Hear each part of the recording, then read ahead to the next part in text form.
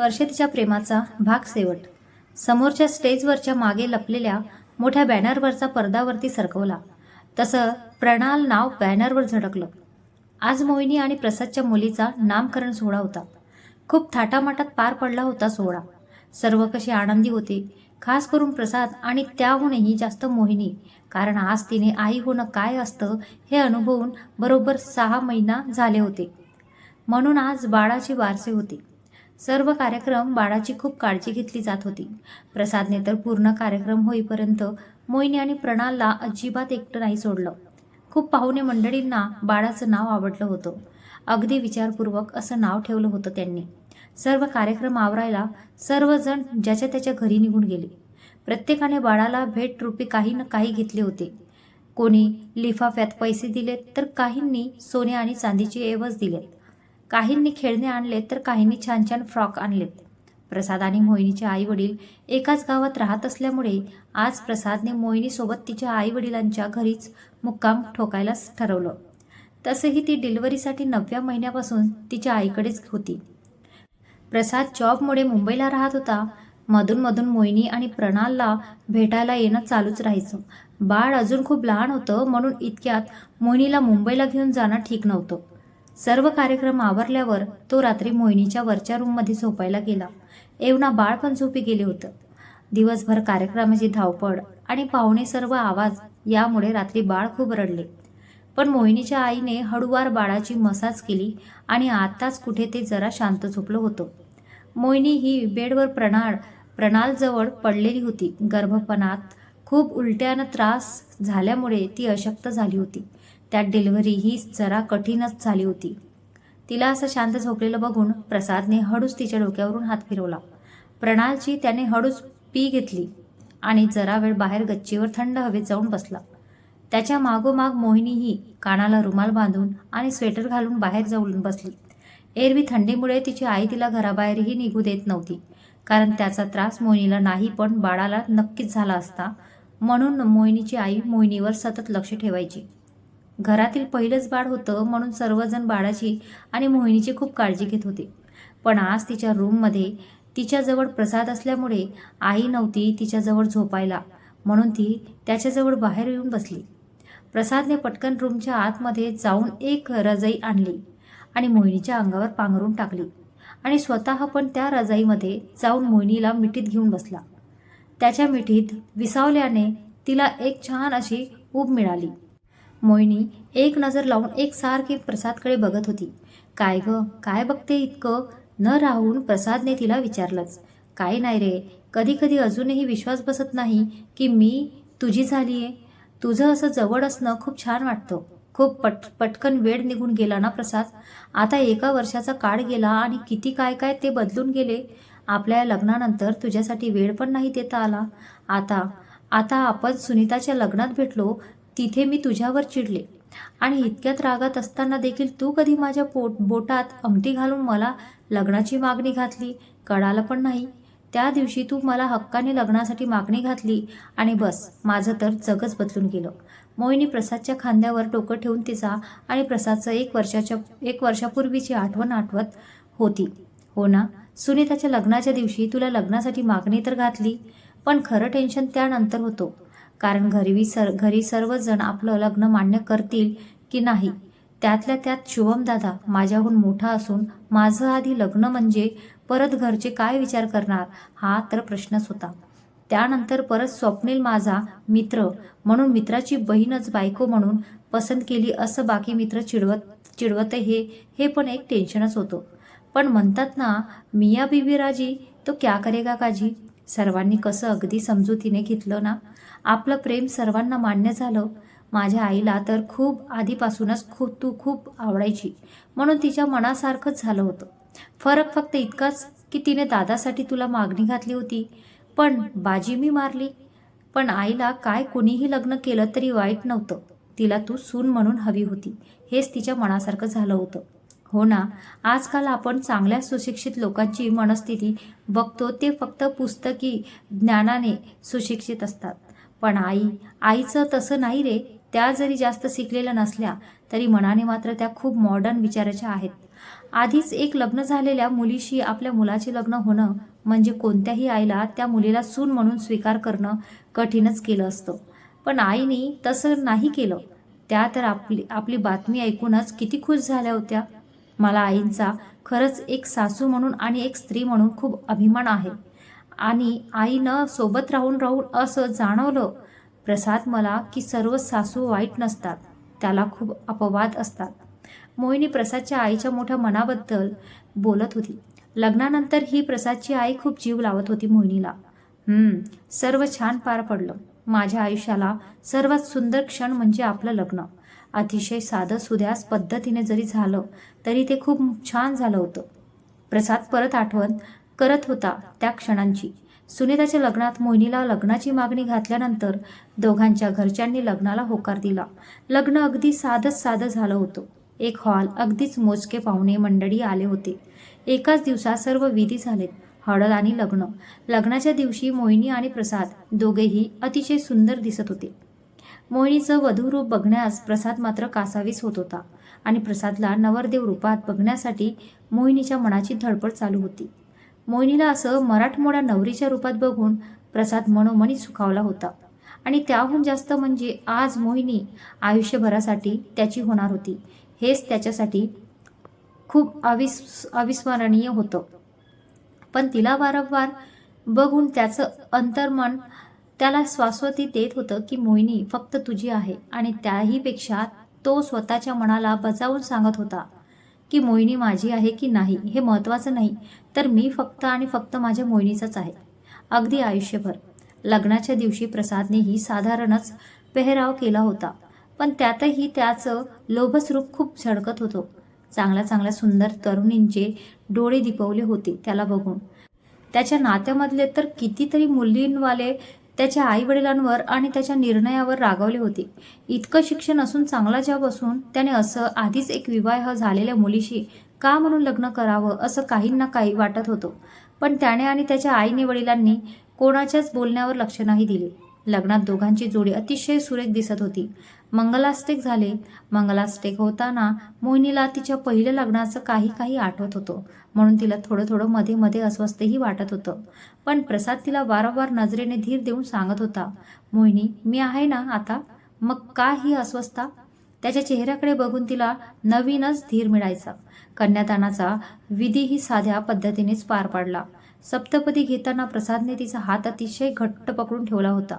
जणू तो सांगत होता, पुढचे 7 जन्म आहेत की नाही माहीत नाही, पण ह्या जन्मात मात्र तुला आता मी कधीच एकटं नाही पडू देणार. जसा आज हातात हात घेतलाय तो कायमस्वरूपी असंच माझ्या हातात राहणार आहे. संध्याकाळपर्यंत सर्व आवरून झालं होतं.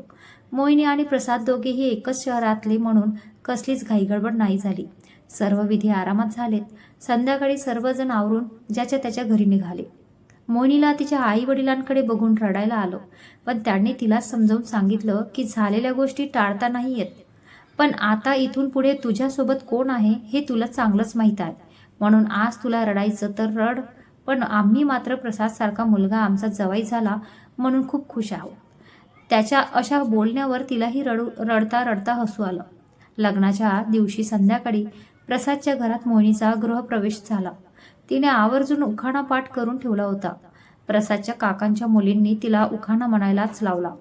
मोहिनीनेही कसलेच आडेवेडे नाही घेतले आणि तिने उखाणा घेतला. खूप क्षण अनुभवले आजवर दोघांनी विरहाचे. मनात भाव दडवून ठेवले होते दोघांनी अव्यक्त प्रेमाचे. आता मात्र राहवले नाही म्हणून सोनं करू पाहिले मिळालेल्या दुसऱ्या संधीचे. हो नाही म्हणता लग्न जुळले एकदाचे.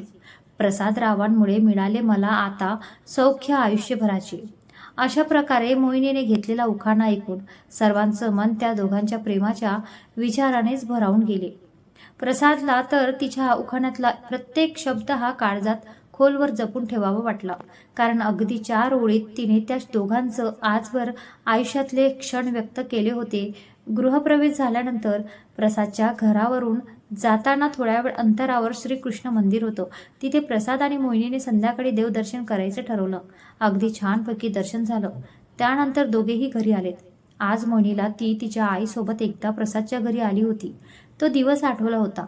त्यावेळी वाटलं ही नव्हतं की ती या घरची सून म्हणून येईल असं, पण आज ते घर तिला खूप आपलंसं वाटू लागलं होतं.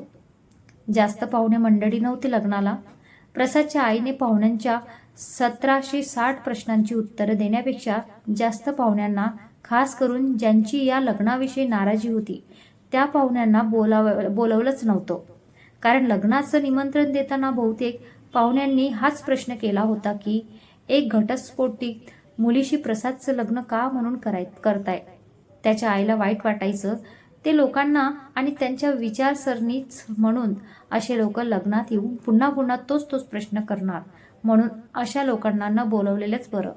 म्हणून घरात लग्नाचा दिवस असूनही शांतताच होती. रात्री सर्वांचे जेवण झालेत.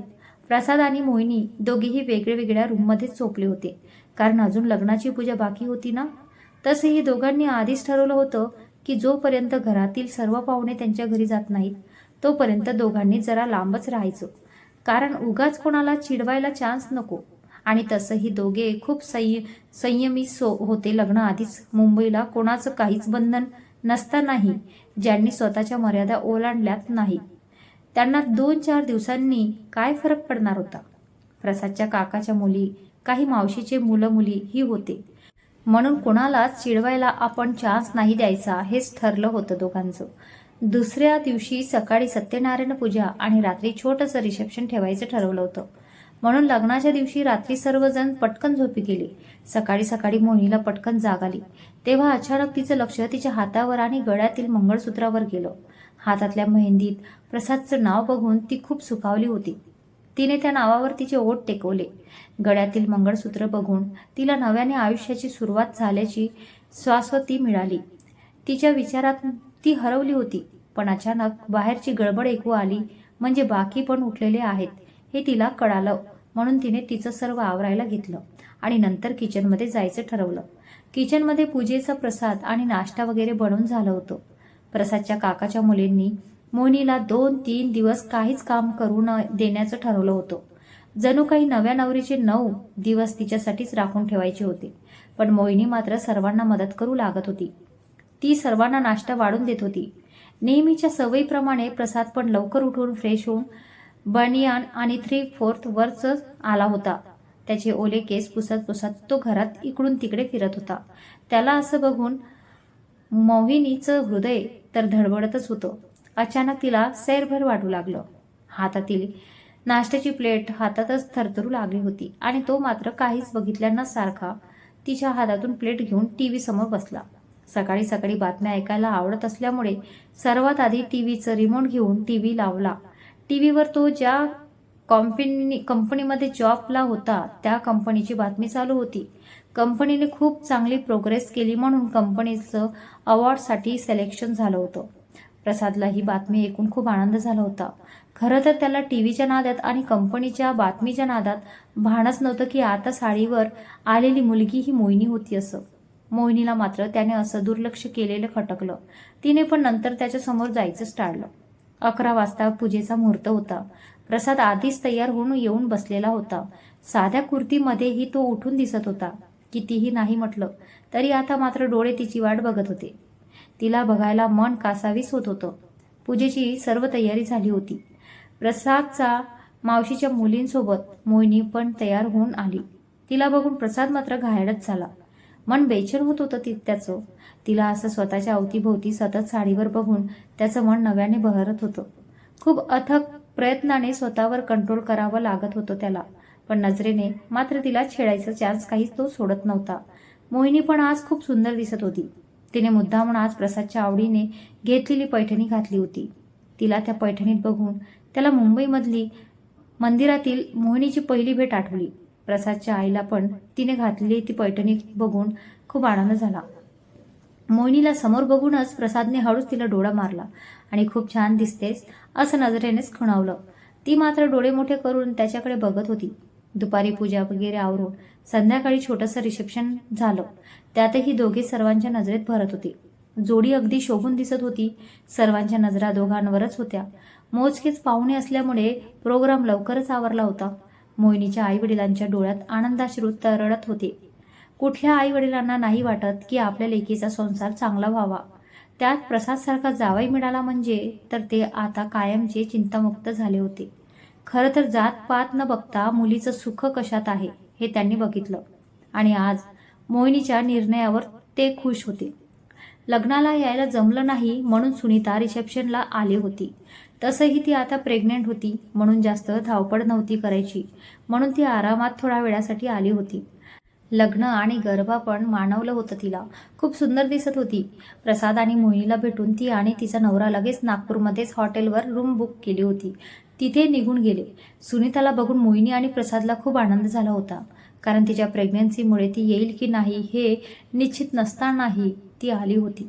एकंदरीत लग्नाच्या सर्व विधी कार्यक्रम पार पडले होते. रिसेप्शनच्या दुसऱ्या दिवशी मोहिनीच्या आईवडिलांना आणि स्वप्नीलने रेणूला प्रसादच्या आईने मोहिनीच्या पहिल्या माहेरपडाच्या कार्यक्रमाला बोलावून घेतलं होतं. सर्वांनी मस्त सोबत दुपारचं जेवण केलं. मोहिनी तिच्या आईवडिलांसोबत तिच्या घरी गेली होती, पण फक्त मोजून 3-4 तासांसाठीच. रात्री प्रसादच्या फॅमिलीला मोहिनीच्या आईवडिलांकडे डिनर होता. डिनर करून परत घरी येताना मोहिनी प्रसादसोबत रिटर्न आली होती. प्रसादच्या घरचे सर्व पाहुणे मंडळीही निघून गेले होते. घर अगदी सुनसान झालं होतं. रात्री मस्त डिनर करून आल्यामुळे घरी आल्यावर प्रसाद आणि मोहिनीला एकमेकांसाठी जरा निवांत वेळ मिळाला होता. तसेही घरातील सर्व आल्याबरोबर पटापट ज्यांच्या त्यांच्या रूममध्ये झोपायला निघून गेले होते. मोहिनी आणि प्रसादची आज लग्नानंतरची पहिली रात्र होती. दोघेही काही वेळेसाठी टेरेसवर जाऊन बसले.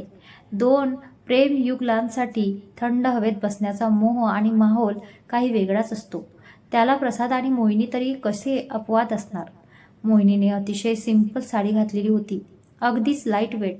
मेकअप वगैरे काहीच नव्हता.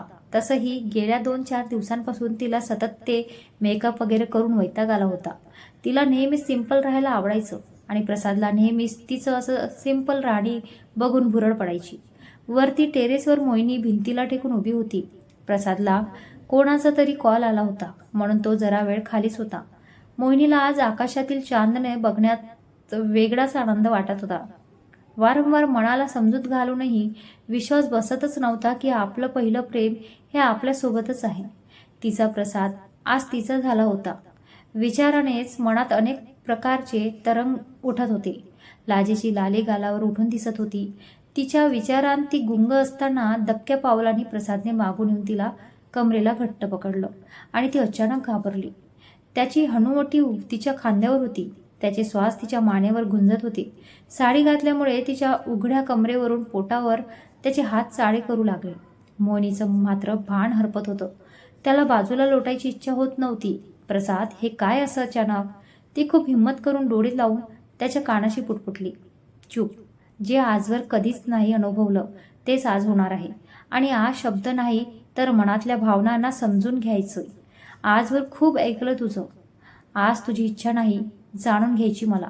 आजवर अव्यक्त ठेवलेलं प्रेम आणि भावना तू फक्त अनुभवायच्या आहेस. आणि खबरदार जर काही बोललीस तर. प्रसाद जणू आज तिला हुकूमच देत होता. प्रसाद, तुझ्या ह्याच प्रेमाची खूप वाट बघितली, पण आज तुझ्यात माझ्यासाठीच खरं प्रेम मला गवसलं. प्रत्येक वेळी मला काय वाटतं मी हे तुला न सांगता तू कधी कधी तुला काय वाटतं हे व्यक्त करावं, मग ते शब्द असो की स्पर्श. ती पण त्याच्या बोलण्यावर त्याच्या कानाशी कुजबुज करत होती. तिलाही आज त्याच्या प्रेमातली आणि स्पर्शातली अरेरावी हवी हवीसी वाटत होती. प्रसादने तिला हळूच उचलून घेतलं आणि त्याच्या बेडरूममध्ये घेऊन गेला. खाली बेडरूममध्ये फुल वगैरे आणि पहिल्या रात्रीसाठी असतो तसा बिछाना असं काहीच सजवलेलं नव्हतं, कारण मनापासून केलेल्या प्रेमासाठी अशा कृत्रिम सजावटीची गरजच काय.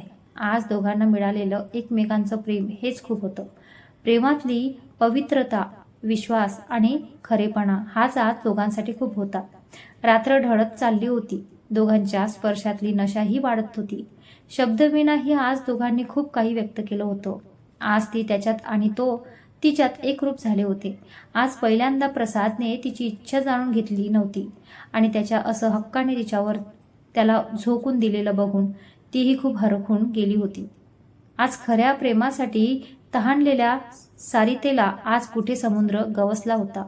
समुद्राचाही तिच्यात समावलेल्या वर्षानुवर्ष केलेल्या प्रतीक्षेचा आज अंत झाला होता. एकमेकांच्या प्रेमात आज दोघेही न्याहून निघाले होते.